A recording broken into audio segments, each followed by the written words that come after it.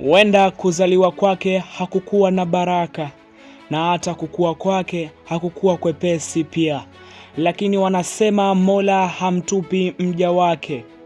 Ni N'Golo Kante, nyota wa soka raia wa Ufaransa mwenye asili ya Mali.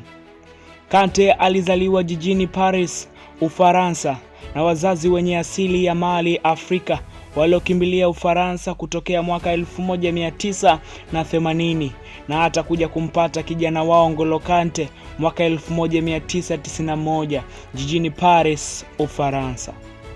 Na wanampa jina la aliyekuwa mfalme wa Bamana Empire huko Mali, aliyejulikana kama Ngolo Diarra.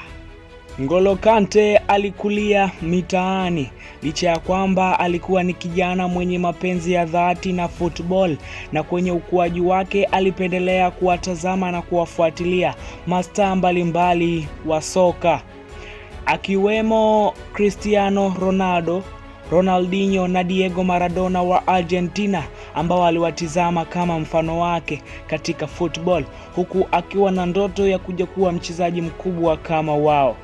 Safari yake ya soka N'Golo Kante ilianzia huko Paris, Ufaransa, mpaka anapofanikiwa kuibukia England na kuchezea klabu kubwa kama klabu ya Chelsea akiwa na miaka 21.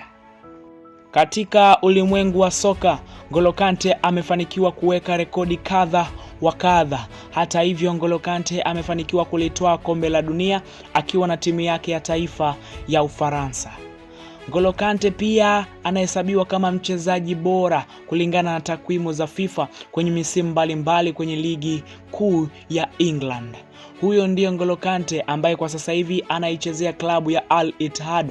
Nafasi anayoicheza akiwa uwanjani ni kiungo wa kati, huku akivalia jezi nambari 7 mgongoni. Mimi naitwa Rodney Stewart kutoka hapa Jungle TV International.